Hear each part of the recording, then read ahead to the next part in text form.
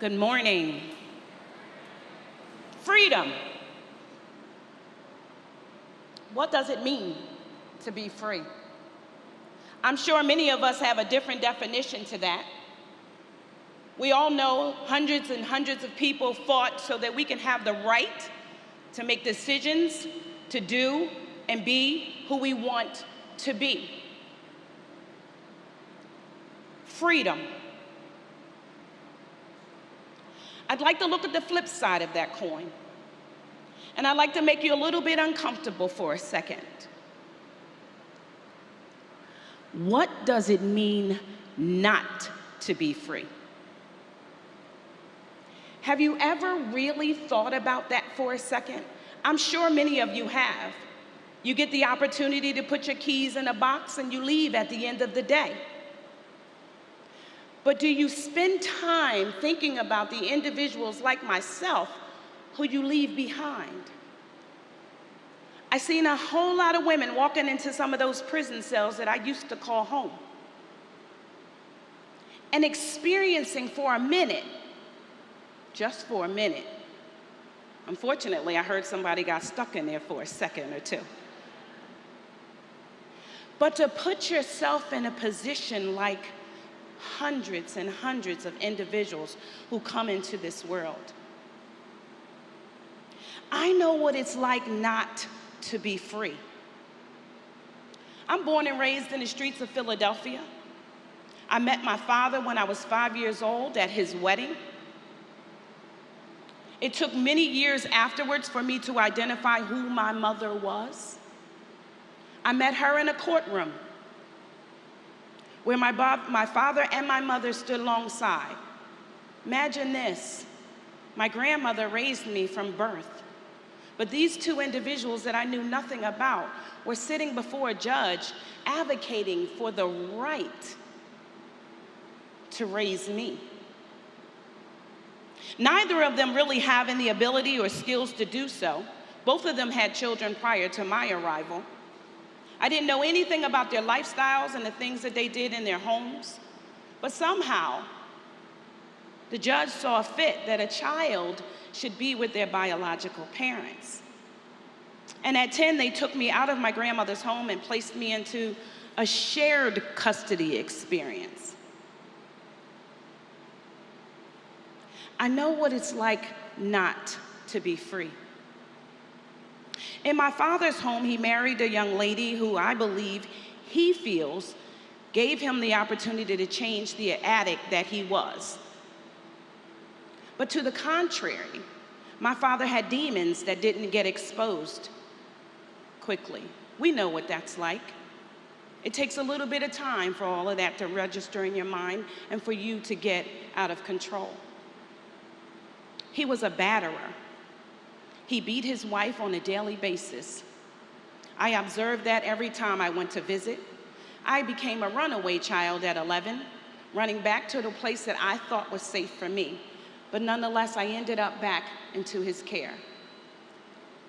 Stepchildren are never the favorite child. Somehow, he gave me more attention than he gave her, but he was abusing her. And as a result of that, she abused me. Who remembers the ironing cords and the extension cord beatings? This woman whipped me, and afterwards she placed me in a bathtub to allow my bruises to heal. You would think that I would transition to a different lifestyle when I went to visit my mother. She had 4 other children at the time. The environment was crazy. This woman had not left her addiction. It was still living and very rampant. At which time, during my visits with her, I was involved in incest and molestation. Before the end of the year, I had been sitting in a police station giving my recollection of how her boyfriend violated me. I know what it's like not to be free. This cycle continued on in my life for years. Where was it to go? 16 years old, I went through that shift to change. I went before the judge again after children and youth visited too often. He gave me the opportunity to go and live with my grandmother again. That was my safe place. May she rest in peace. She instilled in me some morals and values that I believe is going to be very detrimental to how I end this story. I made some bad decisions in high school. I ended up with a boyfriend from Glen Mills. Who knew? I was looking for ways to get out of the stuff that I was in, and I just kept on gravitating towards these different kind of people. Yes, I graduated from high school, but I swear to you, I was about 6 when I did it, emotionally. Most of us don't grow emotionally. So out of that experience, I transitioned into some very unhealthy relationships. I got involved with a guy who was addicted to drugs, but he looked good. He wore a hard hat. You know, mama and them say you're supposed to get somebody that's got a job. And he turned out to be just like my father. My first encounter with domestic violence on a whole nother level. And out of that relationship, we bore some children. And people look at me, and when I say I have 8 amazing children, and they act like, what's wrong with you? What happened to you? Why would you do such a thing? Some of those children saved my life. What does that even mean? I didn't get high when I got pregnant. I also didn't think he would beat me when I got pregnant. But somehow, those issues and concerns never mattered to him. He put me on the street corners. I know Broad Street like I know the back of my hand. I'm out there prostituting every night to get high for him and I, only to return home to getting my behind whipped again. So I'll take you into this cycle. I'm repeating it. My children are seeing it. What will they turn out to be? This cycle continued until the day someone knocked on my door. Being a neighbor, do you know what it's like to be a good neighbor? I had a good neighbor. She watched us in and out of that house, day in and day out. She cared enough about me to call the police. I hit rock bottom on January the 26th, 1994. I will never, ever, ever forget that day. I got a good butt whooping the night before. And the children and youth officers came into my house and informed me of what was next to come. The next 4 years are very vital. I went to court. The vision that I have that I took to court was children and youth placing my children in a vehicle while they watched them handcuff me and take me away. I did my evaluation. I got sentenced to 2.5 years at Muncie. I truly believe that had I been another complexion in a different economic status, I probably should have never gone to prison. But I truly believe that God had a plan. Wait for it. I know what it's like not to be free. I entered into this prison system afraid, angry, hurt. They took my children. I was so far gone in my addiction that I got an evaluation done at the prison in Montgomery County, and I found out that I was pregnant with my 7th child. I gave birth to that child 4 months later at Lancaster General Hospital with an armed guard at the front door and a correctional officer in the room. My ankle was shackled and my wrist was shackled. And then I bore my son. 24 hours later, they took him from me and I was transported to Muncie State Correctional Facility. I knew nothing about prison. I knew nothing about what to expect. I knew nothing about life. I was still walking in the mindset of a 6-year-old. Psychologically, I wasn't ready. But let me tell you what you got on the inside. Let me tell you a little bit about the advantages that we have.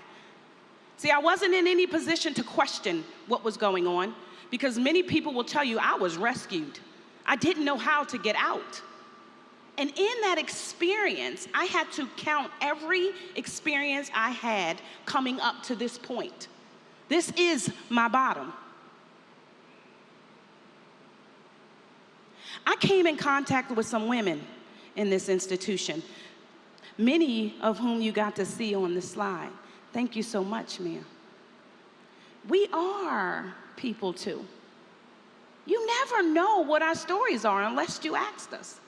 And you know, one of the things I learned as I was going through that correctional experience, you know, sometimes our job descriptions get in the way. Sometimes wearing those white shirts could really be a little restrictive. But I had the opportunity of meeting a couple of correctional officers on my journey that was not afraid to press the envelope a bit. Somehow, somewhere, somebody saw something in me that I wasn't quite familiar with yet. You see, I said yes, sir, and yes, ma'am, without question and without being told. They knew that there was some roots there. I came in contact with some lifers, you know, those people that get sentenced and don't ever think that they're going to see the other side of the door. They gravitated to me, the Naomi Blounts, the Rocky Severcools, the Gina Stockers. Each one of them was strategically placed in my life. Each one of them planted seeds in my spirit that led me to believe that when I got to the other side of this fence, regardless of what the judge said, regardless of what the stipulations are, regardless of what life says, that I could do something with the mess that started out here. They planted that seed. Ladies and gentlemen, that's called mentoring on the inside. And get this, here's the biggest piece to that. See, these people they're not looking for something to get from me. I mean, they're serving long-term sentences, they're doing life. What do they have to earn or gain from this? Something about their correctional experience led them to believe that they had something to offer, unlike me. I took that with me when I left. And I implied that to the individuals that I was to meet on the other side. I didn't take no for an answer. I transitioned to a city I knew nothing about. I got off that bus in Harrisburg, Pennsylvania, trying to figure out what the next steps were. I took the time, serving my time, to develop who I am to be. And out of that experience, I believe it came an opportunity for me to get involved in my community, to tell my story, because we all have a story. To be able to give back. So many have said it before me. What right does it do to me? I did not struggle this mess to sit up here and keep it to myself. Somebody needs to know about it. Somebody needs to hear that there is hope in this process. Every opportunity that I get to share with another woman. I could have picked a different career, but I chose this one because I believe this is where I'm making the greatest impact. What are you called to do? Each of you, believe it or not, are walking in a blessing. Each of you are carrying a position that requires more greater than you just clocking in and clocking out. You are making a difference in the life of every individual you come in contact with. I watch you. They watch you. I want to learn how to be a better me. I'm looking at you. You show me possibilities. If you're ugly in it, we'll see ugly about it. Be mindful of what your facial expressions look like, because we are still trying. I am still progressing. I may have transformed. I may have transcended, but I am still on my rise. I believe that the purpose that I suffered, and it's a poster over here that I hope I get an opportunity to keep. I believe through that fire that I experienced, that I get an opportunity to bring forth those ashes and build life. I got those 8 children back.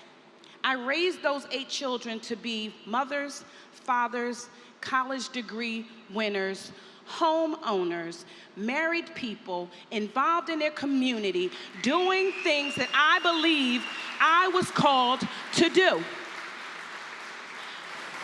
Don't count us out. I acquired my bachelor's degree with a 4.0.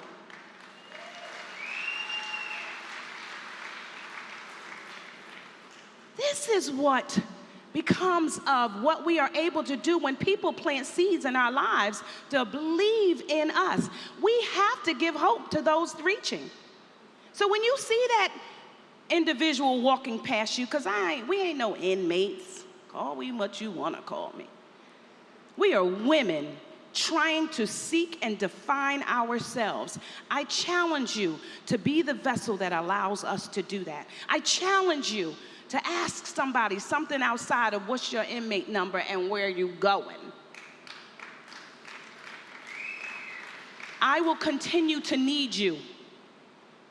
You will continue to be an asset in my life, to my children.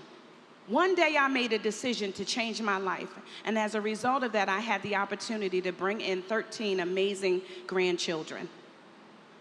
I have a purpose in life. Ladies and gentlemen, my name is Marsha Banks, and I am a miracle for sure.